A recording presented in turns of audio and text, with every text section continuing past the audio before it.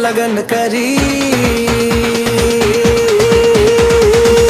Mobile number मग messenger चॅटिंगची cheating कशाला मी डायरेक्ट लग्न करी. Voice call video call mobile मध्यस्थी कशाला मी डायरेक्ट लग्न करी. आधी फ्रेंडशिप मग लव्हशिप वेळ वाया घालवू कशाला मी डायरेक्ट लग्न करी.